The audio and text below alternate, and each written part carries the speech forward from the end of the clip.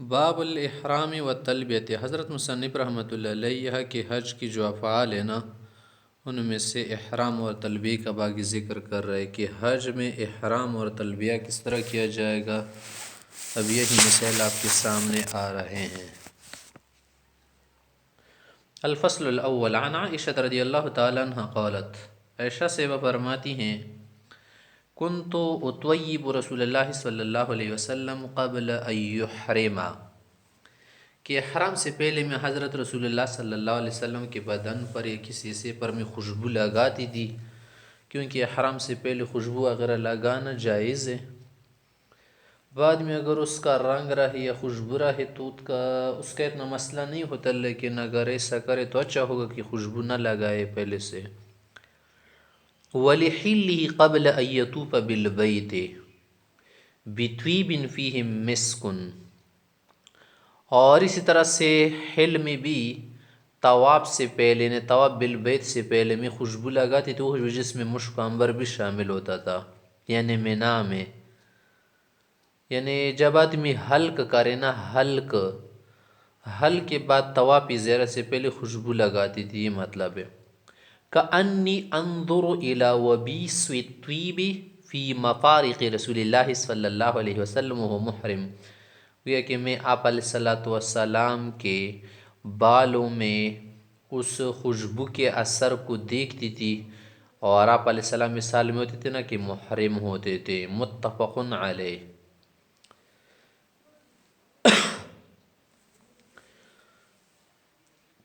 احرام سے پہلے خوشبو لگائی جائے یا احرام کے بعد، اگر اس خوشبو کا اثر باقی رہے یا رنگ باقی رہے تو اس میں مذائقہ نہیں ہے، لیکن اگر کوئی سی بھی بچنا چاہے کہ چلو بعد میں بھی اثر نہ ہو، کیونکہ حج جو تقص ہوتا ہے نا، شعث ابھی گزر گیا، تو بہتر یہ ہے کہ نہ لگائے۔ ہاں اگر لگائے کہ بعد میں خوب بدبو زیادہ نہ رہے تو لگا سکتا ہے۔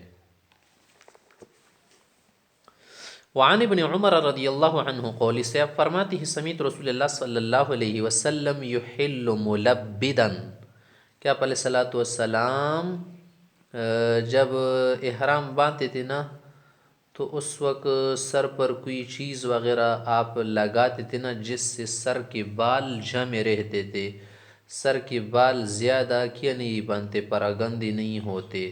تلبد کا معنی ہے جیسے کوئی سریش وغیرہ ہو یا کوئی ایسی صاف چیز ہونا وہ لگائے، اس سے زیادہ بال بکھرتے نہیں ہیں بلکہ جمع رہتے ہیں۔ اور یہ پڑھتے تھے کہ لبیک اللہم لبیک لبیک لا شریک لک لبیک ان الحمد والنعمت لک والملک لا شریک لک لا یزید علی ہؤلاء الکلمات۔ متفق علیہ۔ بس یہ کلمات پڑھ دیتے، اس سے زیادہ اور کچھ نہیں ملاتے تھے۔ وعنہ قول کان رسول اللہ صلی اللہ علیہ وسلم اذا ادخل رجلہ فی الغرز، آپ علیہ الصلوۃ والسلام جب زین میں، رکاب میں پاؤں داخل کر دیتے نا تو واستوت بہ ناقۃ قائمہ، اور اونٹنی آپ کو اٹھا کر روانہ ہو جاتی تھی، تو احل من عند مسجد ذی الحلیفہ، ذو الحلیفہ جگہ پر جو مسجد نا وہاں سے احرام باندھتے تھے۔ احل کا لفظ آ جائے نا، ایک لفظ احلال، وہ اس کا معنی کیا تھا کہ جب کوئی چاند کو دیکھے نا، اسی طرح سے احل کا ایک معنی کیا ہے، احرام باندھنا، تلبیہ وغیرہ شروع کرنا۔ امام شافعی صاحب کا مذہب ہے نا کہ یہی سے کیا کرتے تھے، ہمارے نزدیک نماز کے بعد تلبیہ پڑھ سکتا ہے جہاں پر بھی ہو۔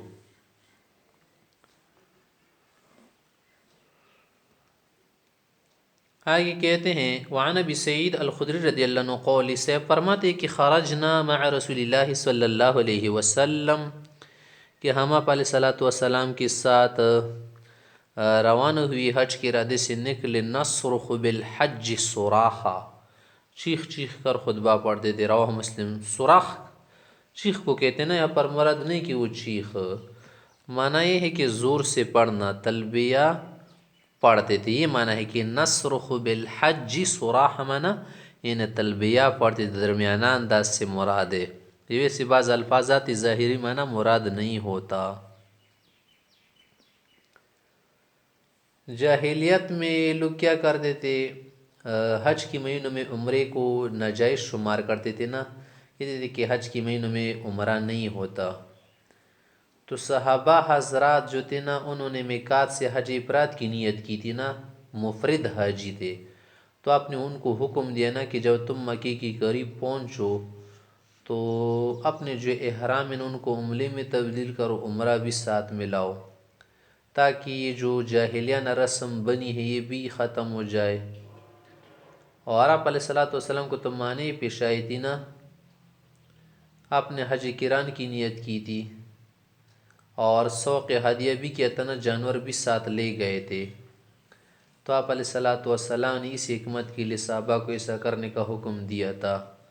اور پھر آگے عمرے وغیرہ کے لیے الفاظ، حج کے لیے الفاظ کہتے کہ یہ بھی کیا کرو، ذرا زور سے بولو تاکہ لوگوں کو معلوم ہو جائے اور رسم بد بھی ختم ہو جائے۔ رواہ مسلم۔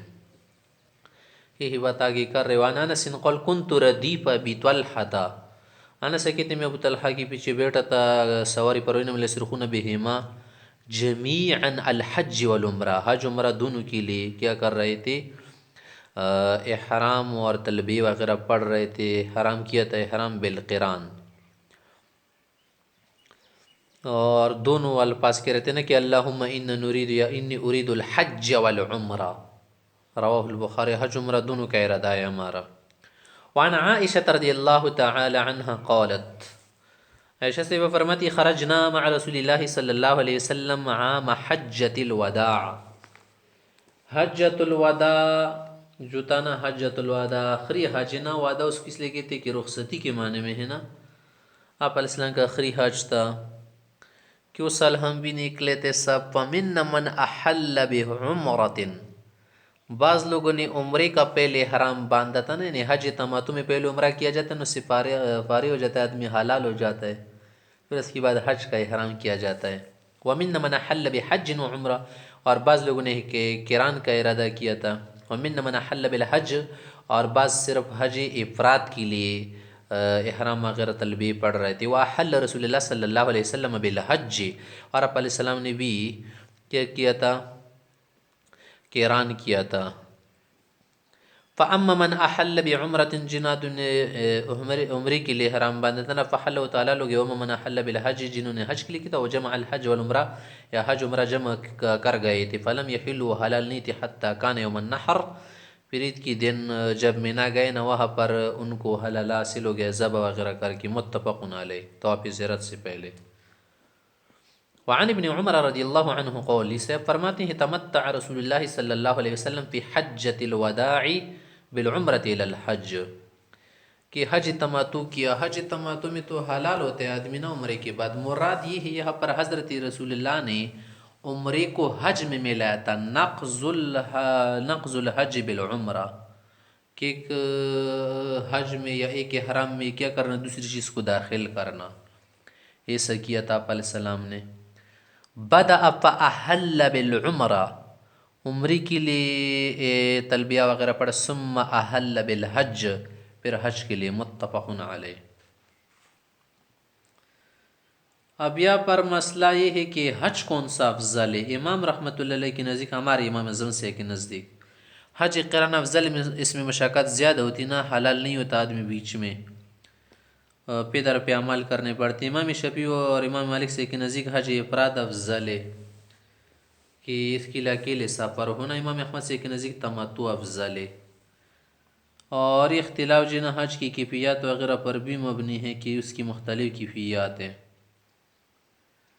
حج قران میں تو انس سے کی روایت ہے نا کہ احل بہما لبیک عمرۃ و حج، دونوں کے لیے احرام وغیرہ باندھا تھا۔ اور جو کیا ہے حج افراد ہے یا حج تماتو ہے نا،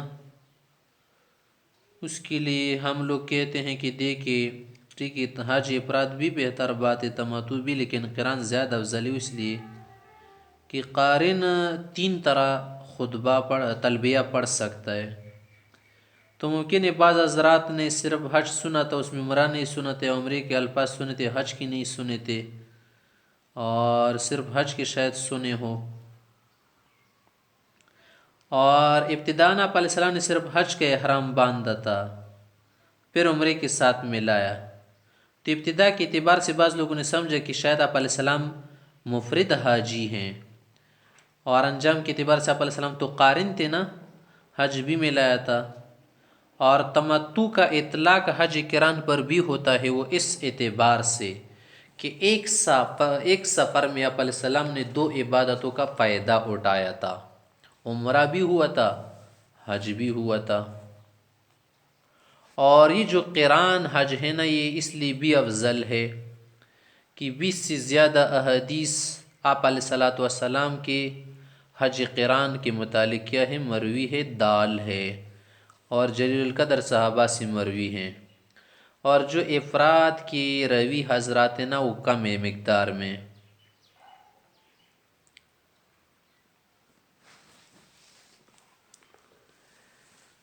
الفصل الثانی عن زید بن ثابت رضی اللہ عنہ انہ رأى النبی صلی اللہ علیہ وسلم تجرد لإحلالہ واغتسل، کیا آپ علیہ الصلوۃ والسلام کو اس نے دیکھا کہ اس نے احرام کے لیے کپڑے وغیرہ کیا کر دی، اتار دی، اور کیا کر گئے، نہائے، اور پھر اس کے بعد احرام باندھا۔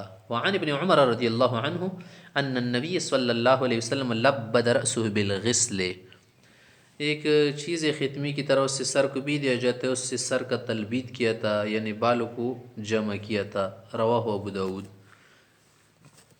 وعن خلاد بن صائب عن ابیہ قول سے فرماتے قول رسول اللہ صلی اللہ علیہ وسلم، آپ علیہ السلام نے فرمایا اتانی جبریل علیہ السلام میرے پاس آئے تھے، فامرنی ان آمر اصحابی، مجھے حکم دیا کہ میں اپنے صحابہ کو حکم دوں کہ ایرفعوا اصواتهم بالاحلال او التلبیہ، کہ تلبیہ ہو یا احلال دونوں کا ایک معنی ہے نا کہ بلند آواز سے پڑھے، عورتوں کے لیے کیا ہے آہستہ آواز سے ہیں۔ رواہ مالک والترمذی وابو داود والنسائی وابن ماجہ والدارمی۔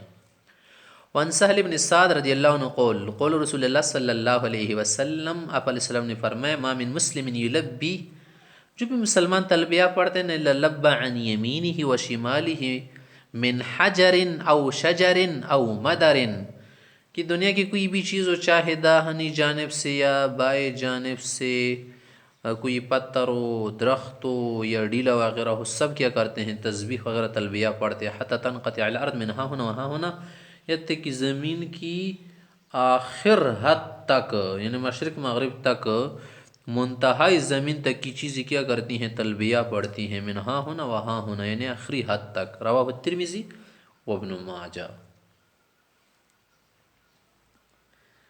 وعن ابن عمر رضی اللہ عنہ قول کان رسول اللہ صلی اللہ علیہ وسلم یرکو بذی الحلیفہ رکعتین، ذوالحلیفہ جگہ پر 2 رکعت پڑھ دیتے ہیں، مجلس امام شافعی سے کہتے ہیں۔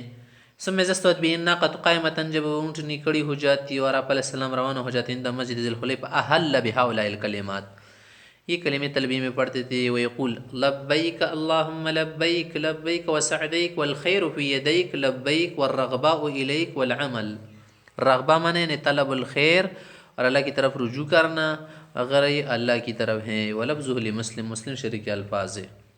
وعن عمارة بن خزیمة بن ثابت عن ابیہ عن النبی صلی اللہ علیہ وسلم انہ کان اذا فرغ من تلبیتہ، کہ جب تلبیہ سے فارغ ہو جاتے تھے نا تو یہ دعا بھی پڑھتے تھے، سأل اللہ رضوانہ والجنۃ، کہ اللہ کی رضا جنت بھی طلب کرتے تھے، واستعفاہ برحمت من النار، جہنم سے بھی پناہ مانگتے تھے۔ رواہ الشافعی، کیا معنی ہے؟ یہ الفاظ پڑھتے تھے اللہم انی اسألک رضواک والجنۃ، اس کو کہتے ہیں رضا اور جنت کا طلب کرنا۔ استعفاہ برحمتک کا کیا معنی ہے؟ واعوذ بک من سخطک والنار۔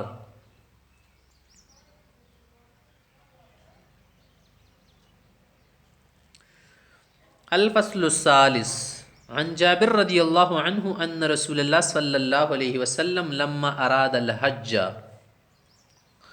جابر سے کہتے کہ جب آپ علیہ الصلوۃ والسلام نے حج کا ارادہ کیا نا کہ حج جانا ہے، تو اس سال حضرات صحابہ کو کیا کر دیا، بتایا بھی تھا کہ آپ لوگ اس میں کیا کریں، شرکت کریں۔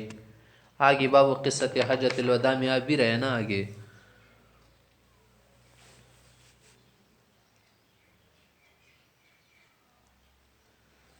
اور یہ حج جو ہے نا آپ علیہ الصلاۃ والسلام نے کیا کر دیا تھا، صحابہ وغیرہ کو شامل کیا تھا، اس میں ابوبکر علی رضی اللہ عنہ بھی تھے، اور حجۃ الوداع کے لیے آپ علیہ الصلاۃ والسلام نے پھر احرام باندھا۔ اب اس میں اختلاف ہے کہ یہ احرام کہاں سے باندھا تھا، ذوالحلیفہ کی مسجد سے باندھا تھا یا کہاں پر، جہاں پر 2 رکعتیں پڑھی تھی۔ بعض حضرات کہتے کہ مسجد کے باہر سواری پر سوار ہوتی ہوئی آپ علیہ السلام نے تلبیہ وغیرہ پڑھ کے احرام باندھا۔ بعض کہتے کہ سواری پر سوار ہونے کے بعد مقامی بیدا میں جب پہنچے نا وہاں پر تلبیہ پڑھا اور وہاں سے آپ علیہ السلام نے احرام باندھا۔ مقامی بیدا جو وہاں پر ایک جگہ ہے نا، یہ الگ جگہ ہے، اور جہاں پر بیدا کا لفظ آیا ہے یا جہاں پر ذوالحلیفہ کا لفظ آیا ہے نا، تو یہ قریب قریب جگہ ہیں، اس میں اتنا مسئلہ نہیں ہے، صرف تعبیر کا اختلاف ہے۔ اصل میں آپ علیہ الصلاۃ والسلام نے سے کیا نا کہ ذوالحلیفہ سے کیا کر دیا، آپ علیہ الصلاۃ والسلام نے تلبیہ وغیرہ پڑھنا شروع کیا، احرام باندھا، پھر وہاں پر جب بیدا میں آئے نا وہاں پر بھی سے کیا، اور کوئی ممنوع کام تھا نا، کوئی ممنوع وجہ نہیں تھی نا، تو دونوں جگہ پر ایسے کیا۔ تو بعض لوگوں نے تعبیر کیا اس کو کہ ذوالحلیفہ سے سارا کچھ کیا، اور بعض حضرات روات یہ بات کرتے ہیں نا کہ کہاں سے کیا، بیدا سے۔ تو یہ بات کرے لما اراد الحج اذن فی الناس فاجتمعوا، سارے لوگ جمع ہو گئے، فلما اتى البیداء، دیکھیے یہاں پر بیدا کا لفظ آیا ہے، تو احرم، وہاں سے کیا کر دیا، یعنی تلبیہ پڑا احرام کے لیے۔ رواہ البخاری۔ یہ ذوالحلیفہ کی کیا ہے، قریب جگہ ہے یہ بیدا، دونوں میں اتنا زیادہ فاصلہ نہیں ہے۔ وعن ابن عباس رضی اللہ عنہ قول، اسے فرماتی کان المشرکون یقولون، مشرکین یہ الفاظ کہتے تھے کہ لبیک لا شریک لک، فیقول رسول اللہ صلی اللہ علیہ وسلم، پیغمبر سے کہتے تھے ویلکم قد الا شریکا هو لک تملکہ، یہ الفاظ پڑھتے تھے نا لا شریک لک کے ساتھ، پھر کہتے تھے الا شریکا هو لک تملکہ وما ملک، یہ الفاظ پڑھتے تھے۔ تو آپ علیہ السلام کو کہتے کہ جب تم یہاں تک پہنچو نا کہ لبیک لا شریک لک لبیک، تو یہاں پر رک جاؤ۔ قد کا کیا معنی ہے، یعنی رک جوا کی مزید الفاظ نہیں پڑھتا، قد بھی پڑھ سکتے ہیں اور ساکن کر کے بھی پڑھ سکتے ہیں۔ قد معنی قط حسب، یعنی کافی ہے، آگے اور الفاظ نہ ملاؤ۔ یقولون ھذا وهم یطوفون بالبیت، بیت اللہ پر طواف کرتے وقت یہ کرتے تھے۔ رواہ مسلم۔